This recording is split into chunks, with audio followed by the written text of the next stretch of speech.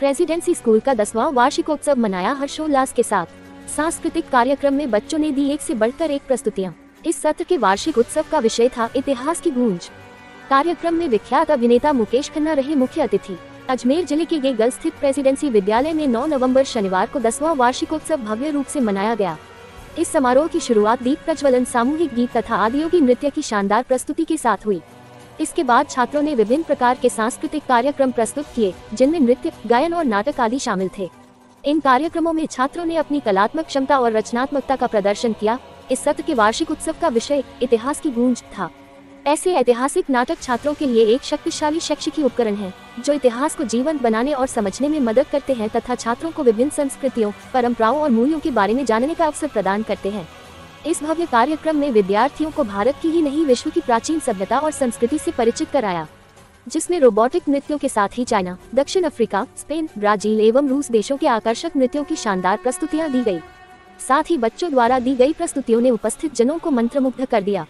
यहाँ प्रतिवर्ष स्कूल द्वारा ऐसे ही प्रेरक और ज्ञानवर्धन विषयों पर आधारित वार्षिक उत्सव मनाता है, जैसे अधिगम एक्सप्रेस, चाणक्य नीति इन 21st सेंचुरी, मैं कलाम हूँ, 7 वंडर्स ऑफ वर्ल्ड आदि।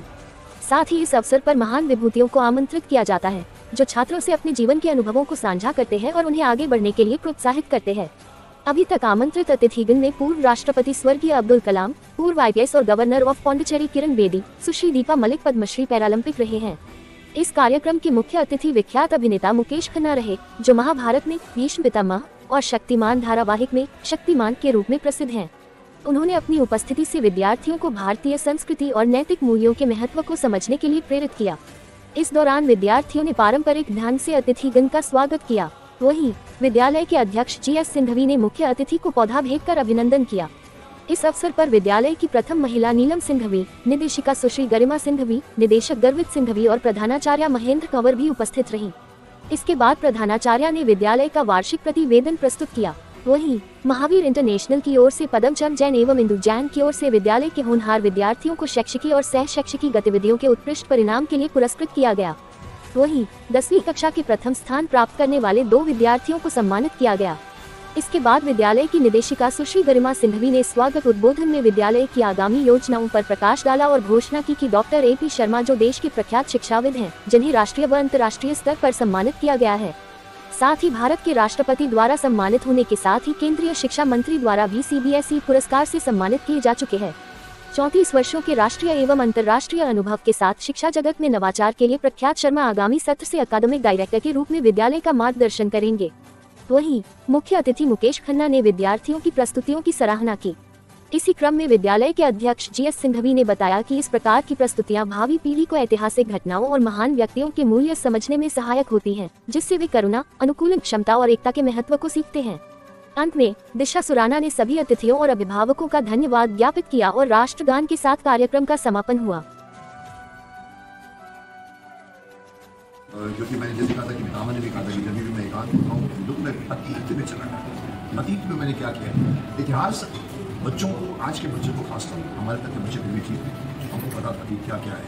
आज के बच्चों को कुछ नहीं मालूम। आज के बच्चों को शायद अशफाकुल्लाह खान का नाम था, हिंदू मुस्लिम के झगड़ों में उसको नहीं भूल जाएंगे। क्रांतिकारी थे हैदराबाद। हम लोग अभी एक या तो वो ब्रेकिंग न्यूज़ दे सकता हूँ। कल ही मैंने एक छोटी सी वीडियो डाली, एक मिनट का एक मैंने टीजर डाला है, जिसमें मैंने कहा कि it is time for him to research. और उसके अंदर मैंने एक बात छोड़ दी है। 11 तारीख को परसों मेरी प्रेस कॉन्फ्रेंस से बात करने लगी, मैंने गाना ही गाया। अब आपको मैं बोल रहा हूँ, अभी किसी को नहीं मालूम, बड़े शक्तिमान वापस आ रहा है। उसमें मैंने क्रांतिकारियों के बारे में पहली की में बताया, बताओ कौन था वो। तो वो गाना मैं रिलीज़ कर रहा हूँ कि आपके पास पहुँचेगा वो इंडिया में। बात हो रही है कि आज के बच्चों को नहीं मालूम कि चंद्रशेखर आज़ाद ने क्या किया था। सर, चंद्रशेखर आज़ाद ने जितना किया था शायद हम लोग 10 जन्म में नहीं कर सकते। 35-25 साल की उम्र में वो आदमी, उसके बारे में एक मशहूर बात थी, चंद्रशेखर आज़ाद है। ये चंद्रशेखर आज़ाद के सब आप देखिए, समझिए, हम अपने प्रोफाइल फोटो हम बताते कि मैं मुकेश, ये कहते मैं सिंह, ये कहते मैं, हम चाहते लोग जाने। साहब, वो आदमी जितने टाइम तो उसने फाइट किया, उसको पकड़ना मुश्किल था। उसके पास 27 इनाम रखे गए थे। साहब, वो आदमी करता गया, लेकिन कभी उसने ये नहीं कहा कि मैं चंद्रशेखर। अब उस इंसान को तो मैंने एक बार कही है, मैंने कहा ये जो आप देखते हैं वो सबसे बड़ा कौन सा अमाउंट है। मैंने हमारा नोबल तो कुछ नहीं, हमारा जो परम तो कुछ नहीं, भारत रत्न दे देना चाहिए उनको, और भारत रत्न की तारीफ होगी, इज्जत होगी कदर से ज्यादा। आज तो ढूंढते किसको तो भारत रत्न, वाजपेयी के मरने के बाद वाजपेयी बना। बात यह है कि आप जो बोल रहे थे, ये बात मैं बता रहा हूँ कि ये आज की यूथ को इतिहास खास तौर पर हमारा थोड़ा मोड़ा क्या इतिहास जानना जरूरी है। हमारे यहाँ ये कोई हमारी परंपरा 2000 साल की नहीं, हमारी परंपरा जो है हजारों साल पुरानी, वेद पुराण से शुरू होती है।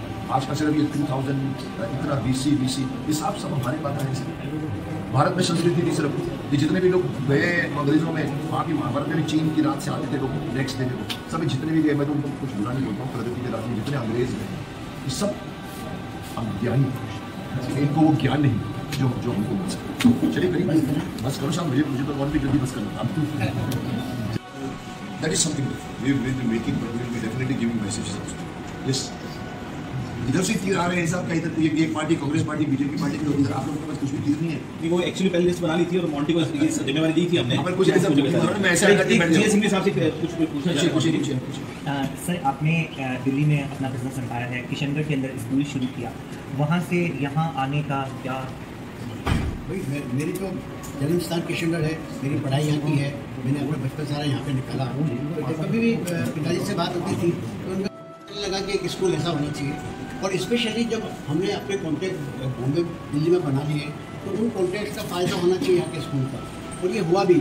मुझे बहुत खुशी है जब मैं यहाँ के बच्चों को डॉक्टर अब्दुल कलाम से मिलाने ले गया, यहाँ के बच्चे गए तो यहाँ वहाँ से डॉक्टर कीनू बेदी, दीपा मलिक जी, अपने भगत सिंह जी के पोते, ये सब जो हमारे कॉन्टैक्ट है, वो लोग जब यहाँ आते हैं और यहाँ आके बच्चों से जब इंटरेक्ट करते हैं तो बच्चों को भी प्रेरणा मिलती है कि भाई अगर ये लोग इस लेवल पे पहुँच सकते हैं तो हम तो नहीं पहुँच सकते। तो ये एक फ़ायदा हम लोगों का वहाँ होने का है, और इस जगह को हम वापस अपनी सोसाइटी को प्रीवेयर कर सकते हैं।